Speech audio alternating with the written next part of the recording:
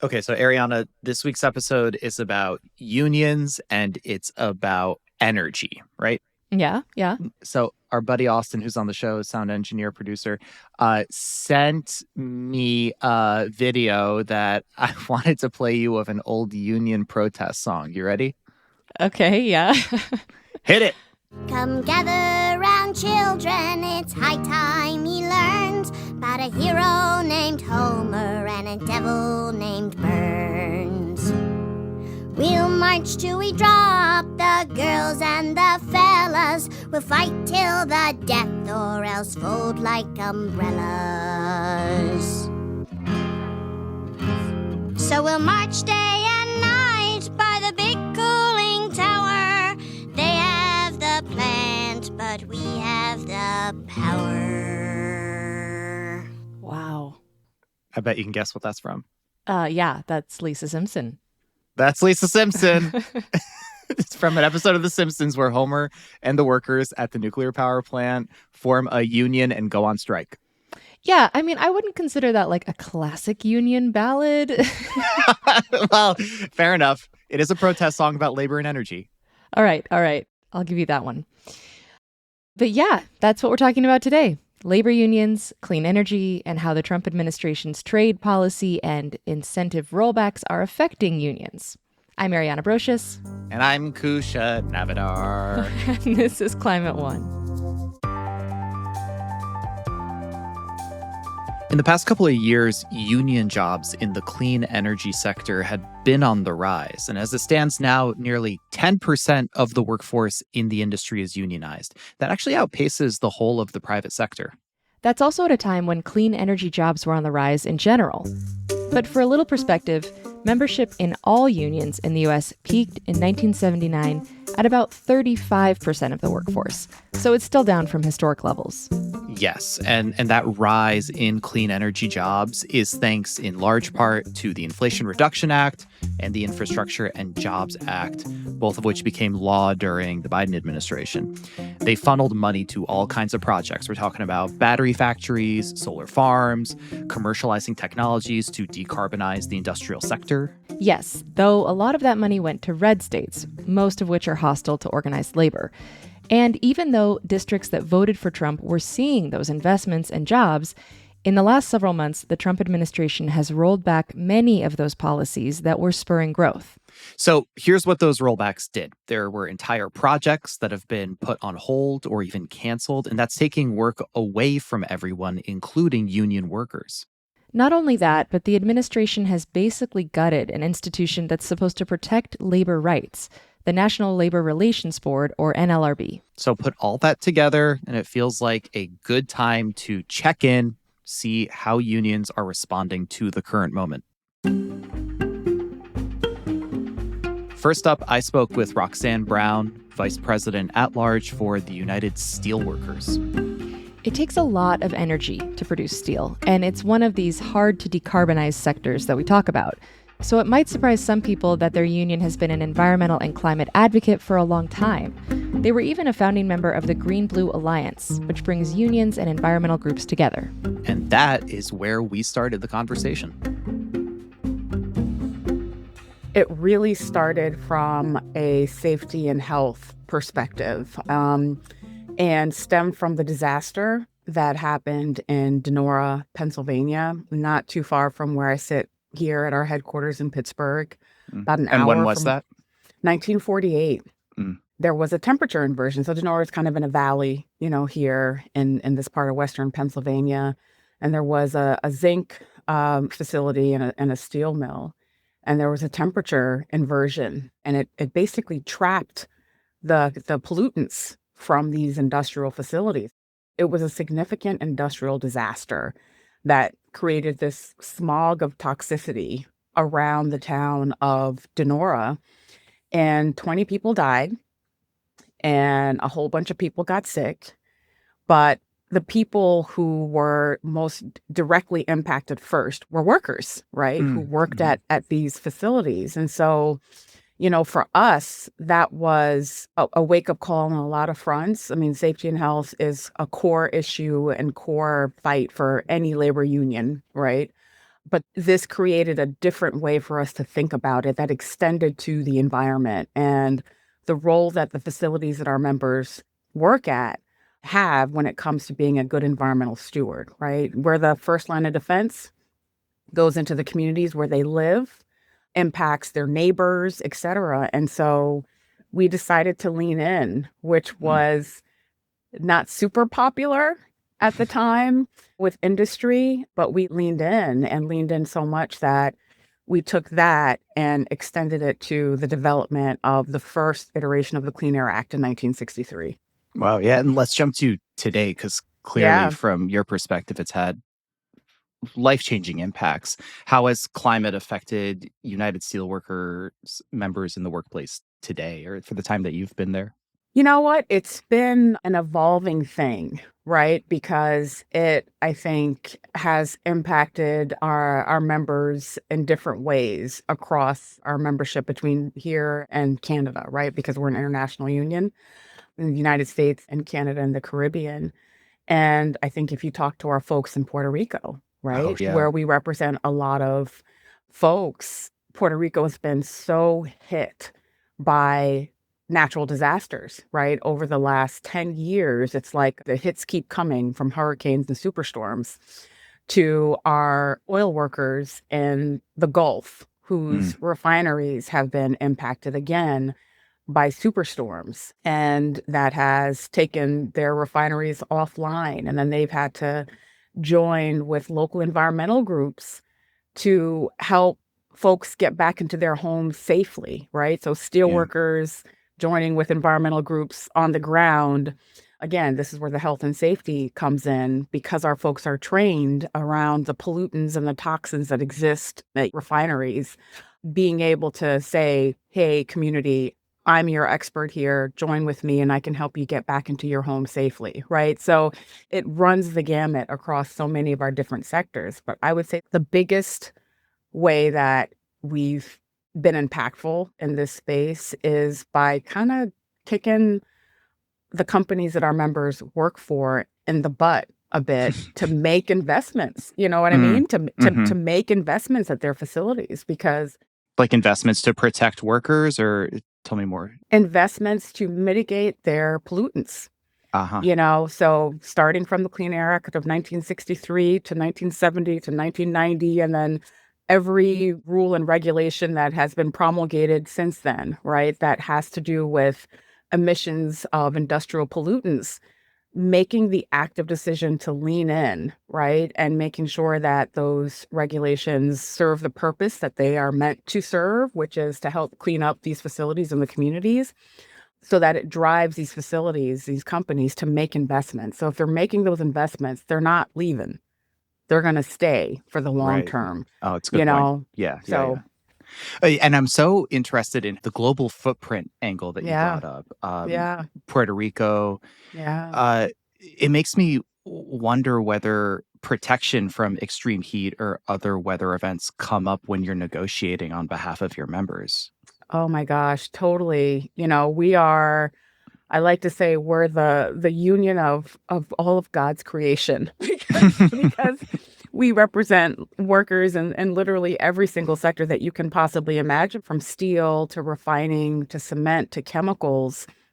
Every single one of those, glass, has significant amounts of heat attributed to the work that's done. And so it's a consistent thing that we have to work on as a union, but also, again, this lends to regulation and policy and heat standards, and something that is still meat that has been left on the table by this current administration, and not moving forward with a heat standard that will protect workers at the workplace, right? From both the heat that is associated with their production, but then when it's 120-degree day in Arizona, right? The impact of that heat on workers and communities as well. Well, talking about the policy angle to it too, the union has pushed back against groups like 350.org's Break Free from Fossil Fuels. So where do you draw the line, or at least what issues did you see with that agenda, for instance? Yeah, we're not in the practice of picking winners and losers, you know, and when it comes to energy policy. We've just solidly been for now decades and decades in the all of the above category. And it's also because we represent 30,000 members in the refining and petrochemical sector, right? And so this again is where the whole notion of investments and helping to move policies that drive investments in industrial facilities comes in for us, right? So we're not going to say, renewables should trump the refining sector because that would be a detriment to our members' jobs. But we will say those companies are responsible for making sure they're making investments in technologies and pollution mitigation technologies that will reduce their emissions and make them cleaner, not just for the health of our members, but the health of the communities that they are operating in and also just the country and the world ultimately. Yeah. And when you mentioned you're not trying to pick winners here, I'm sure, especially in this current administration where there's so many cuts or like pivoting from what the previous administration had promised, you're navigating a lot, I guess. And I'm thinking about Trump shutting down wind farm construction, which I'm guessing uses a lot of steel. I mean, how do you navigate that? We are so supportive of the deployment of renewables technology. And you highlighted, right, a very, very key reason why we're the steelworkers, right? Yeah. And, those onshore and offshore turbines require, tons upon tons of steel and copper wire, which our members mine copper and make copper. They require titanium. They require cement, which our members make, right? So one turbine, whether it's onshore or offshore, is an industrial map and has the capacity to be an industrial map in the United States. But unfortunately, largely because of the policies that really hasn't supported tapping U.S. industry to deploy those technologies, it's been bringing a lot of that stuff from overseas. And the irony of that, right, which is just crazy to us, you're shipping in tons and tons of steel from China or Brazil to go into an offshore turbine or an onshore turbine rather than the sourcing it from the United States, where you don't have those emissions associated with shipping. There's a facility that U.S. Wind has propped up and supports called Sparrows Point Steel. Now, this project is on the grounds of a former steel mill, Bethlehem Steel Mill in Baltimore. It's in Port of Baltimore. And this steel mill used to employ 30,000 plus steelworkers in its heyday. It was the beast of the East, okay?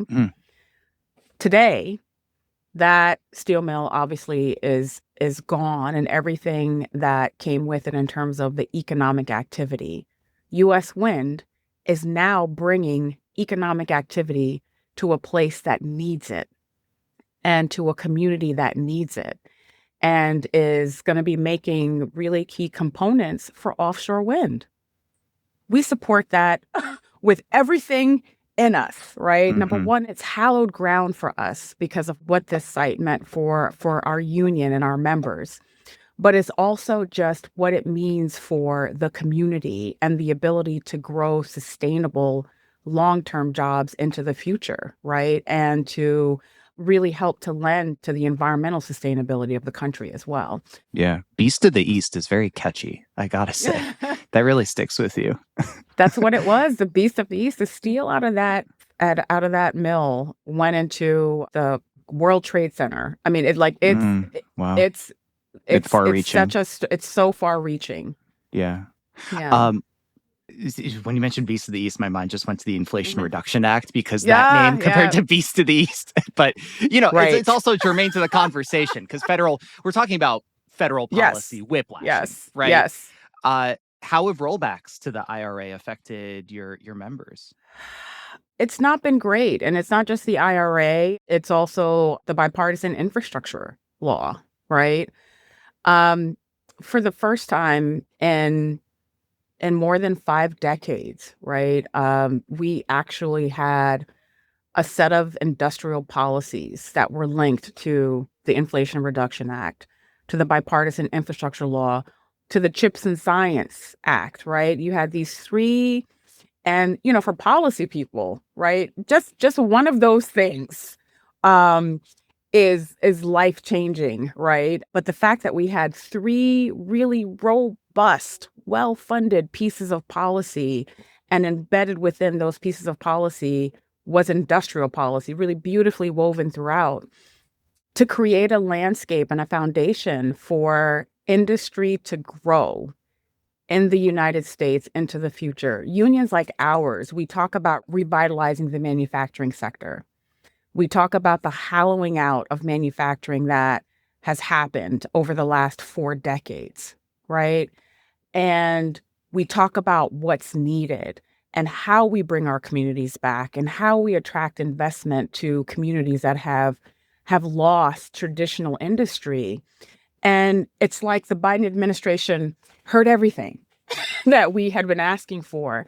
And they gave us these 3 bills. And now so much that represented the promise of those bills is gone. You had cement companies who were waiting for a long time. Their R&D arm had these ideas about, manufacturing clean cement or cement that had reduced emissions. And there was a bipartisan infrastructure law that provided through the Department of Energy a pot of money to fund the development of those projects.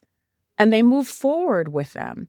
And then earlier this year, there's an announcement from the Trump administration that they were going to scale back $3 billion worth of investment for any clean energy development project. And there were about 24 projects. And the bulk of those were at industrial facilities. And so the promise of bringing industry and innovation into the future, gone just like that. And then the ability of these companies to move into the future in a way that is innovative, that is competitive in the global marketplace, is now a question mark. And I keep saying this internally, but it's, why would we go from a posture as a nation of saying the United States is open for business? You come here, you make investments in these technologies and these sectors that are growing, and we will support you in that. We have the set of resources to support your investment. And you had all these companies coming and saying, oh my God, the United States is open for business. And then all of that was ripped from these companies and the jobs associated. And now we have a closed for business sign. We'll hear more from Roxanne Brown after a quick break. Also coming up, with more frequent and intense fossil-fueled storms, utility workers are facing treacherous conditions. There are live wires everywhere. Sometimes those live wires are lying in 4 feet of water. So it's quite dangerous work. That's ahead when Climate One continues.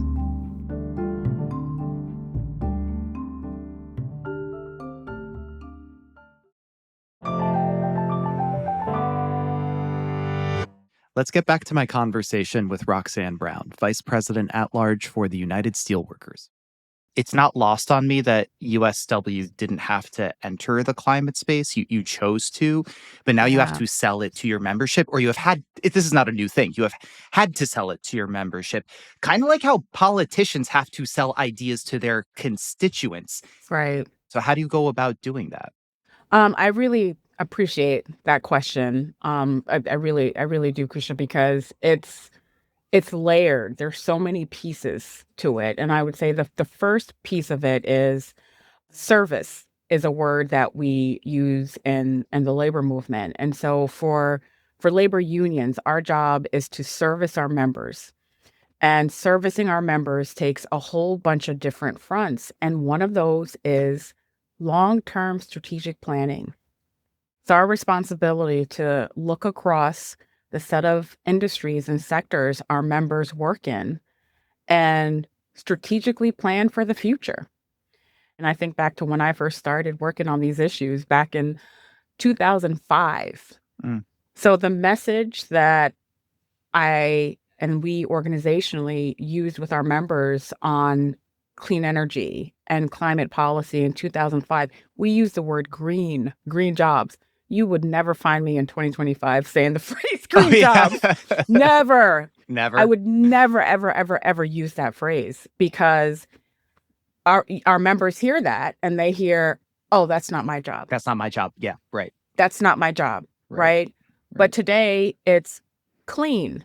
And clean just means we're cleaning it up. It's still your job, but we're making it operate more efficiently. We're taking some of the pollutants out of the air. If we could mitigate all the pollutants, that would be great. But it's still your job, just cleaned up, right? And we've really had to be intentional and smart about updating our language with the time and testing. You kind of have to test things, but ultimately your members have to see themselves in the thing. In order to get buy-in, they have to see themselves in the thing. So if I say clean steel, right, and I unpack for them what clean steel means, then they're less resistant. And they want to find out, where does this clean steel thing go, right? And because they can see themselves in it. Exactly. They have it sparks to see curiosity instead of alienation, I guess. Totally. And on the strategic planning front, our members want to know that we're bought into them. And we are bought into their future. So much of this is about the future, right? I'm working today. Is my job still going to be here next September? And while you're thinking about that answer, is this facility still going to be here in 15 years when my kid decides they don't want to go to college, but they want to come work?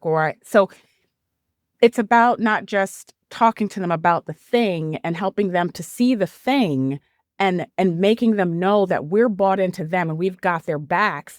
It's about them knowing that we're also bought into the future, their future. Yeah. And so this is the question that I want to leave you with. What should climate-concerned politicians learn from you around messaging? Get out of Washington. Get out of Washington. And it's not just, I go back to my home district.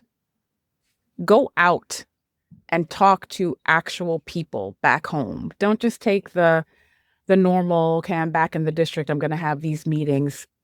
Those conversations are not the real conversations that they need to be having with folks.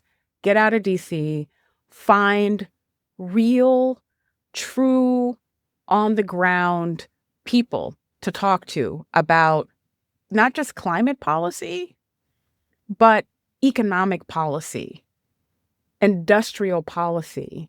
And when I say economic policy, I think one of the biggest things that we miss in this whole climate debate, and especially around the Inflation Reduction Act, is everybody is struggling.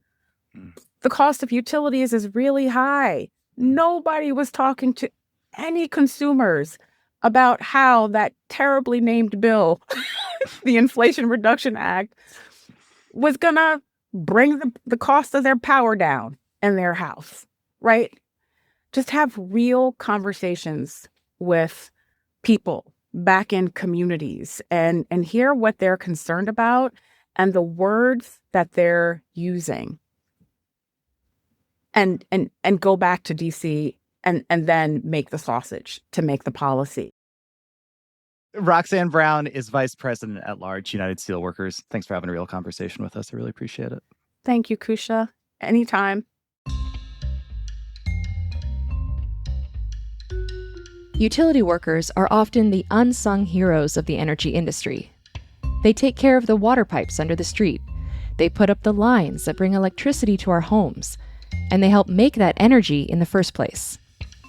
The Utility Workers Union of America, or UWUA, represents those workers.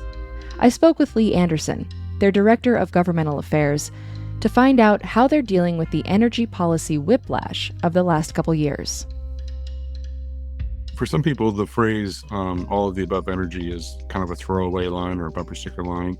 For our union, for our members, it's the literal truth. We have members who work on every kind of power generation technology I'm aware of. I think that is actually true.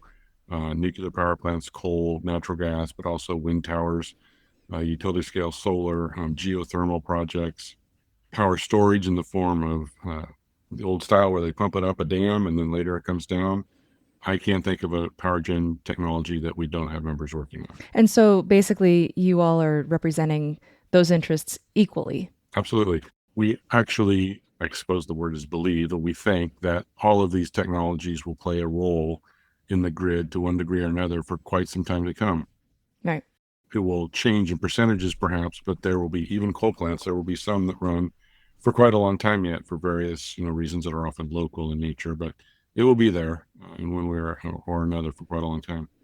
So we're seeing large scale energy transition that's playing out and affecting jobs that are available in these different sectors, different kinds of energy jobs.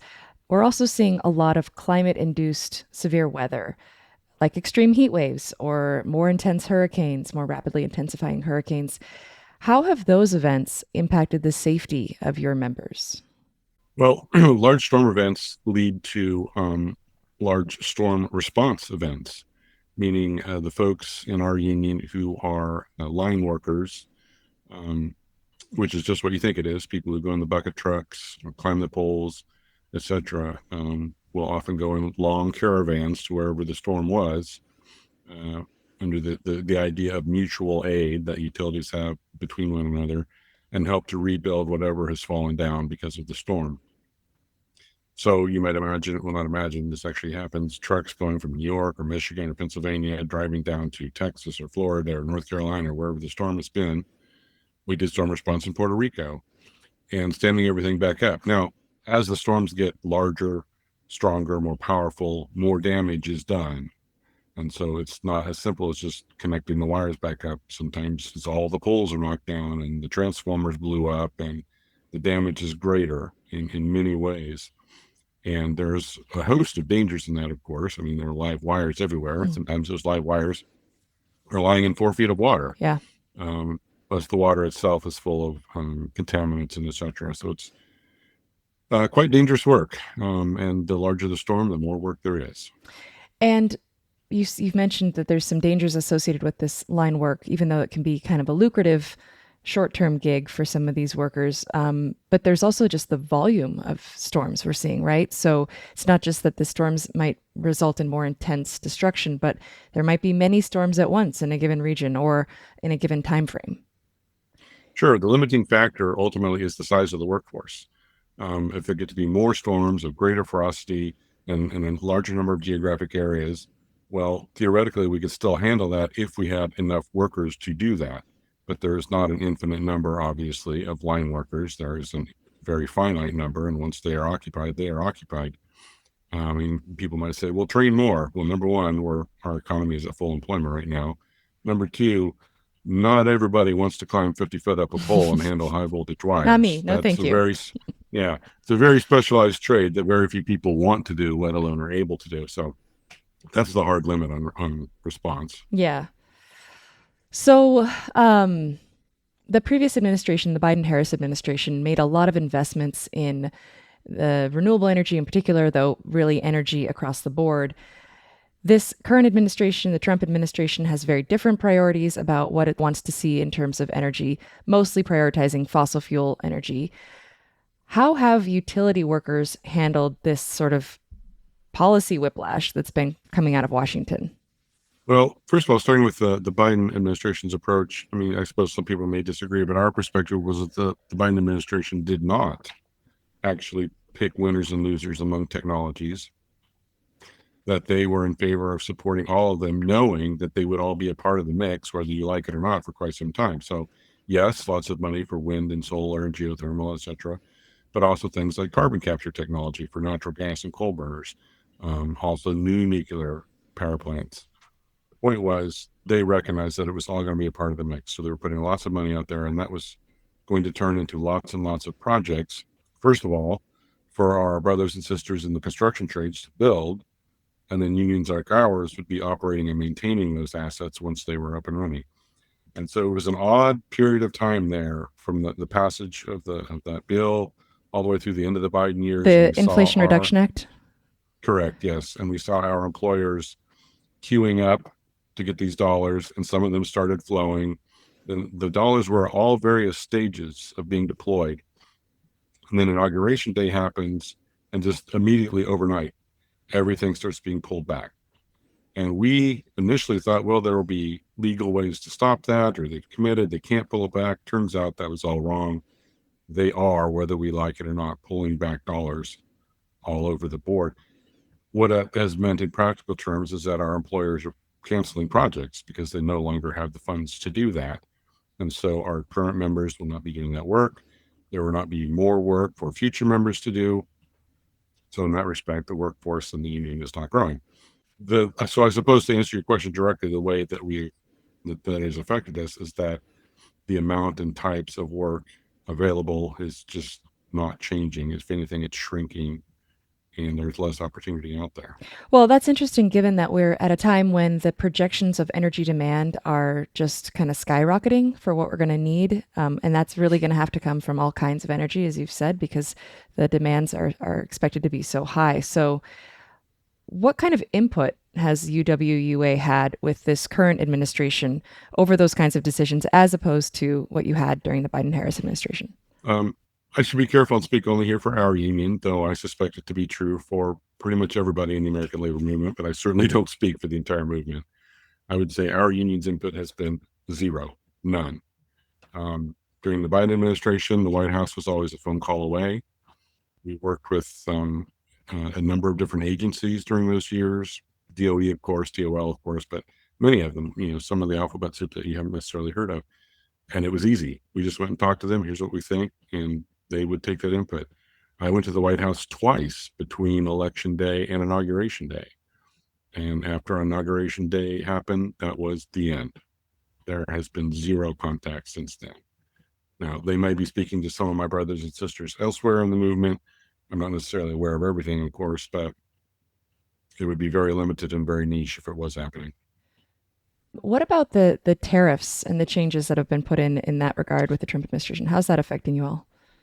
Yeah, so for many years, I always felt lucky that trade policy was an area that I didn't need to have an opinion about. I didn't need to think about because domestic utilities, by and large, were not trade exposed. That was something that my colleagues over at the Steelworkers or the machinists worried about, right? We did not worry about that. Mm-hmm. We make electrons or drinking water or what have you here, and that's it, the end. Tariffs have changed everything. There's a number of our employers that we work with very closely on policy and, how is this going to affect our industry? And I've seen it again and again and again over the last 6 months. Media tends to focus on things that are obvious that people can understand, like cars. Cars are going to be more expensive because the parts cross the border 6 times and steel is getting more expensive. And that's all easy to understand, but it's true for everything. Okay, you imagine how many parts are in a car. How many parts are in a power plant? A lot. Or transmission line, a lot. Or transmission line or pipeline or, a wastewater treatment facility. Millions upon millions of parts. These parts are not all made in the Ohio River Valley. They are made around the world. So naturally, tariffs make them all more expensive, sometimes directly because it's a part being imported from here or from that country to this country, sometimes indirectly because now, steel prices are up and that's major steel. It's across the board. The entire thing has become more expensive. And so naturally that will be passed on ultimately to the ratepayers because that's how capitalism works. Costs are passed on to the consumers. So tariffs that are affecting the utility industry writ large are going to mean higher utility bills for you and me. Yes, there's just no other way to parse it. I mean, that's what businesses do with their costs. They pass them on to their customers. Mm-hmm. So if you were able to talk to policymakers right now, what would be on your docket? What would you want to put forward as recommendations that would most help your members? Well, one of the largest ones that's the most distressing is kind of the wonkiest, maybe, not as obvious to folks outside the Beltway, but this notion that the person in the White House, whoever that is, going forward, Democrat or Republican, can unilaterally decide whether or not to actually spend the money that Congress has said, here's the money to spend. This is a new thing.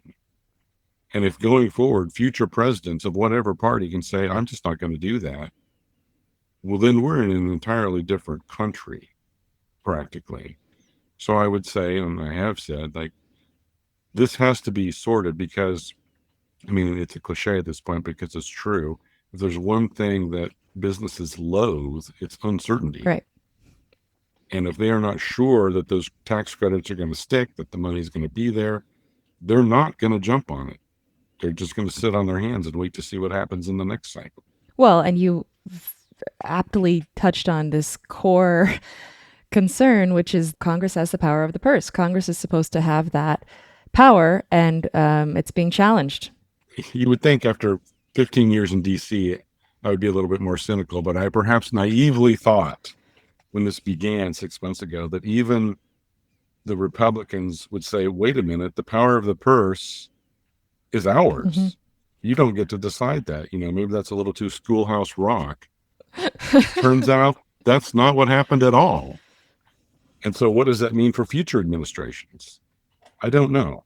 Yeah. I mean, if you're in the opposition party, and you could say now it's the Democrats, but in the future maybe the Republicans, if you're in the opposition party in Congress, what incentive do you have to negotiate on a budget bill when you don't know if that is even going to happen? Yeah. So we're in a very tumultuous time. A lot remains to be sort of sorted out. 4 years from now, 10 years from now, do you think that the policy landscape as it applies to organized labor will be able to return to where it was before this administration? Well, let's do a thought experiment in which in 2028, we have a Democrat in the White House and Democratic control of the House and Senate. Let's just imagine that happens. Okay. Would they rebuild institutions like the NLRB or USAID or all of the other things that we've seen dismantled? They would probably try to. However, I think now the right would feel empowered to fight that there would be no, well, this is how it was, so we have to go back to it. They would fight it going back to what it was. I think in that scenario, the Democrats would attempt to rebuild institutions, but that will not be easy or guaranteed. And it is always only a 2-year election cycle away from just falling apart again. It's a dark place to leave it. No, I mean, it feels really on point. I know this is anecdotal, but I couldn't really believe it when it happened. And it just illustrates so many things.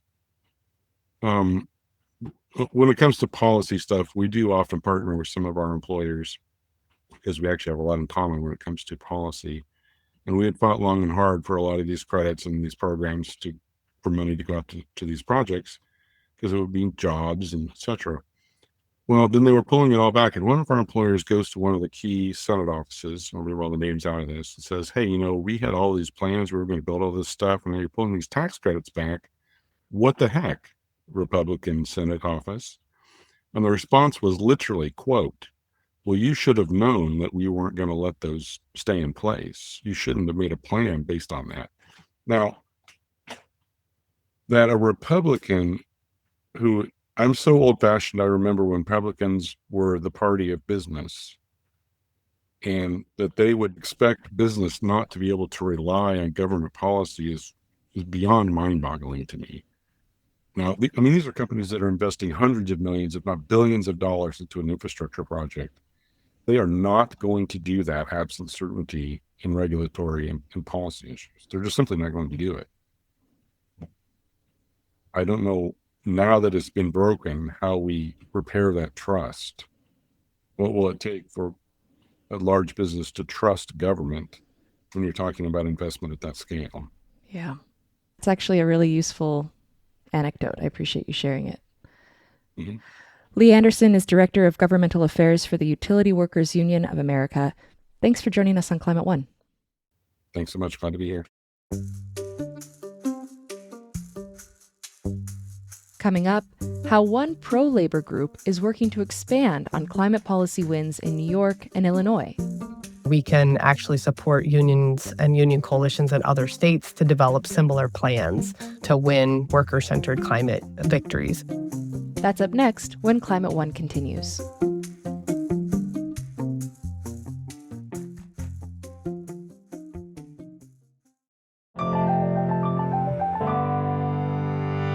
What does a worker-centered view on climate policy look like? Well, my home state, New York, may have some answers to that question. The Climate Leadership and Community Protection Act, which became law in 2019, set legally binding climate targets. It also explicitly included job transition training and a goal to minimize workforce disruption. The Climate Jobs Institute at Cornell University helped bring policies like that to fruition. And I had the opportunity to talk to their executive director, Lara Skinner, about these policy wins and how other states can push for similar changes. The fight for these policies started when a major climate fuel disaster hit the Northeast.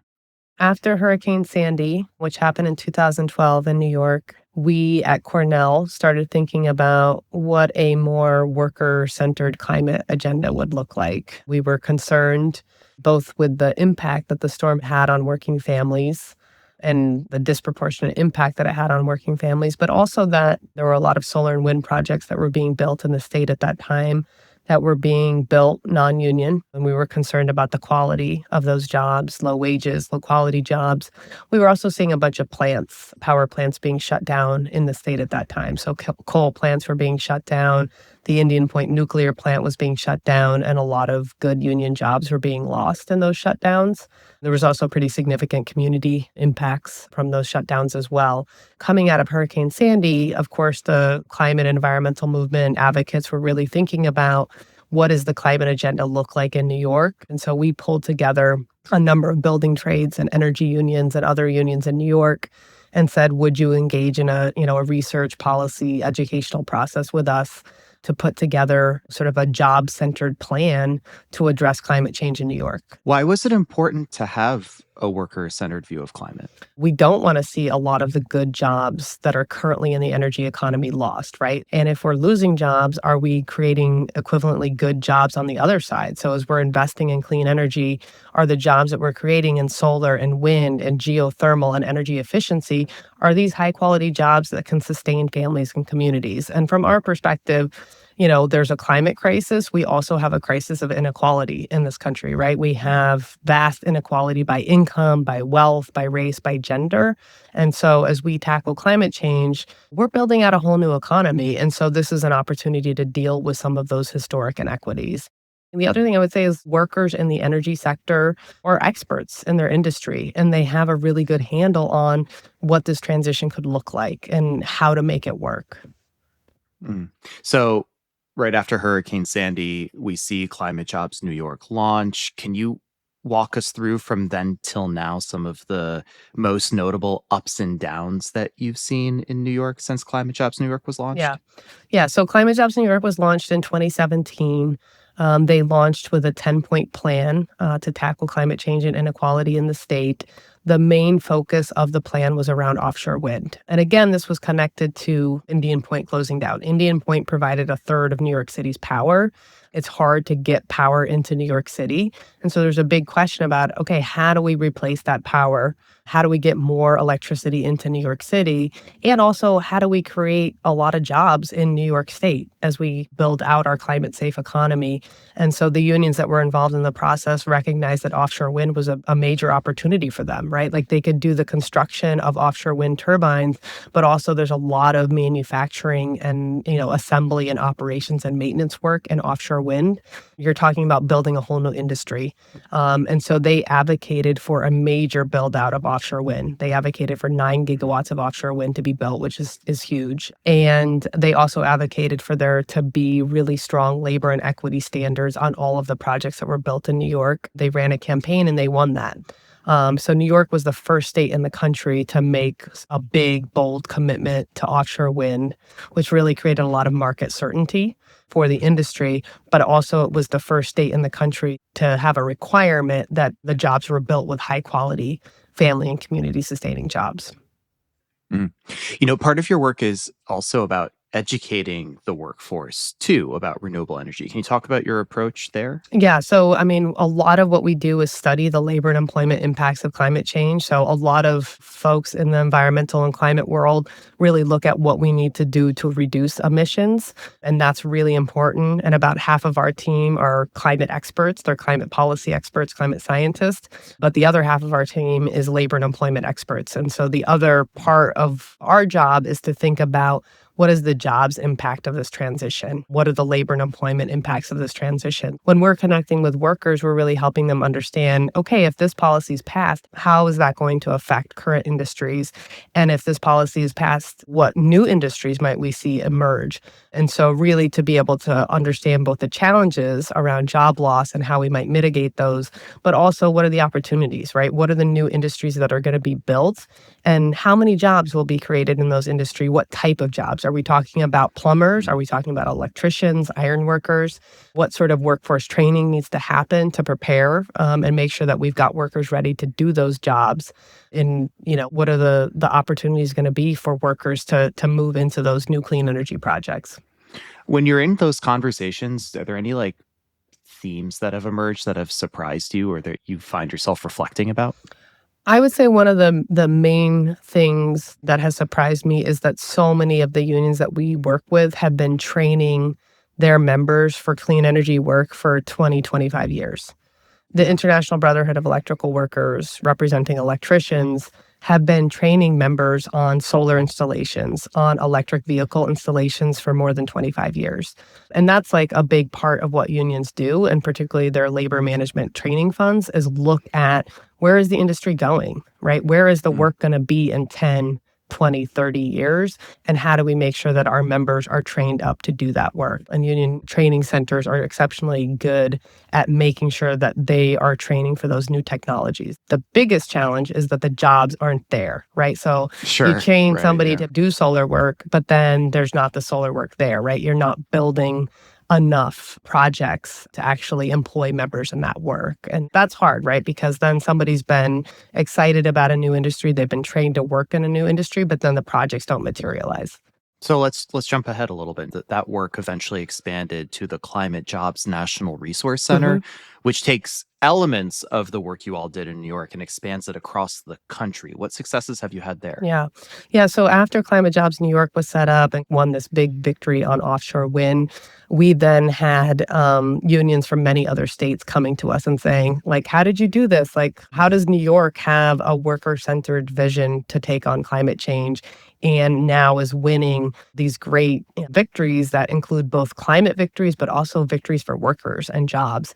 And so that's when myself, Mike Fishman, the president of the Climate Jobs National Resource Center, and a couple of other folks who were involved in the New York work said we should have a national resource center where we can actually support unions and union coalitions in other states to develop similar plans and be able to do similar work and campaigning to win worker-centered climate victories. And one of the most important victories that's happened in the last few years is Climate Jobs Illinois was set up. So again, this is a state-based labor-led coalition.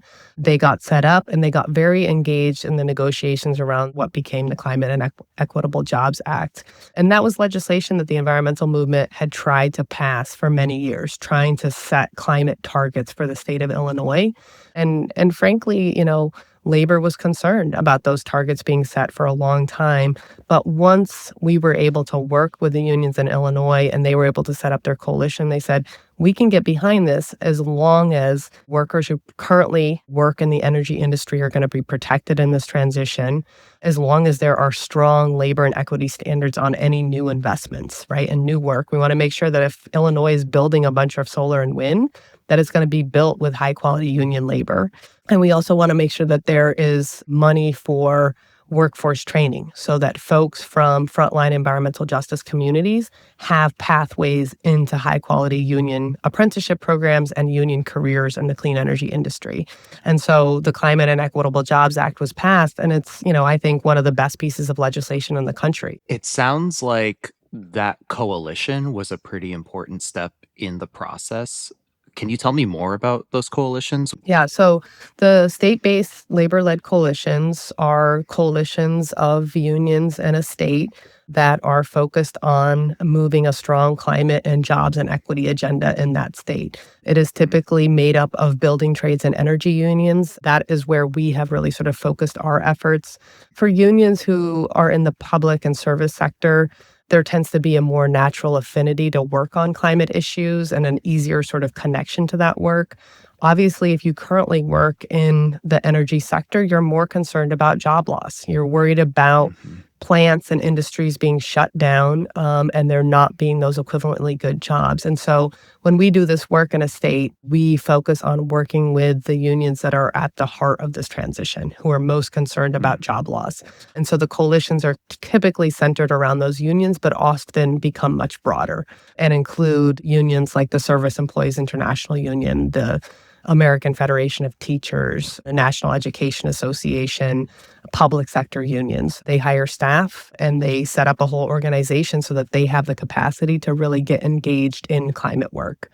How do you find is an effective way to expand the states in which you have coalitions to exist? Is it generally that somebody approaches you or that you look at some opportunity and do proactive work? We are typically working in a state because someone has invited us into the state. A partner in the labor movement has invited us into a state.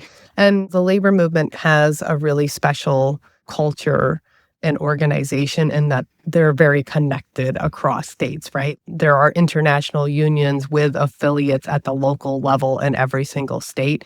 And so once you work in New York, it's very easy for the plumbers and pipe fitters worked with us in New York, and then they're sharing that with the plumbers and pipe fitters in Illinois and California. Yeah. And so it's really like word of mouth, right? That folks hear like, oh, you were able to do this. Maybe we should try to do that in our state. I have a lot of conversations with union leaders around the country.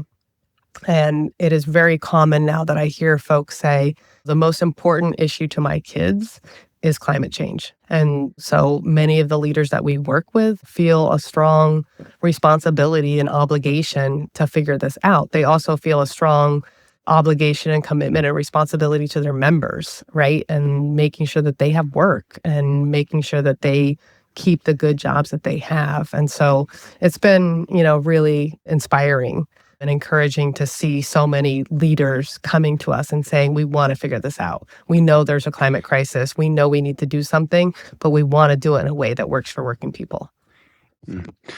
Lara Skinner is Executive Director of Climate Jobs Institute at Cornell University. Lara, thanks for hanging out with us. Thank you so much. Thanks for having me.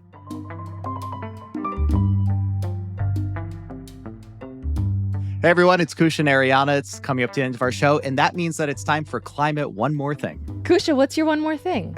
Okay, so I found a wonderful guest essay in the New York Times last week about clouds, and it had an awesome graphic behind it, like a whole, not animated, but as you scroll, it shows you different kinds of clouds in a beautiful artistic interpretation. The essay itself is by Gavin Preter-Pinney, who's an author, and also the founder of the Cloud Appreciation Society, which is like 20 years going. And the graphics are by Taylor Maggiacomo. And the gist of the article is that we kind of some of us take clouds for granted, but they have a big impact on our climate future.